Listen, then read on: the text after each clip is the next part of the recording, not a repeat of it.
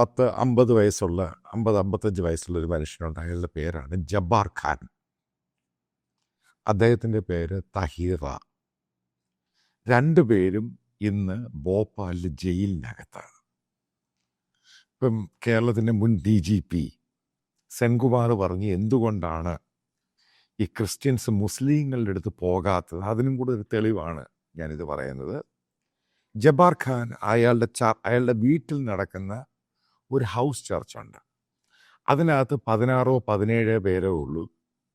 ഈ കേരളത്തിൽ നമ്മൾ പറയത്തില്ല വേർപാട് ബ്രദറൻ എന്ന് പറയുന്ന അതിനകത്തെ ഒരു 15 പേര് കൂടുന്ന ആ ചർച്ചിൻ്റെ പാസ്റ്ററാണ് ഈ പറയുന്ന ജബ്ബാർ ഖാൻ.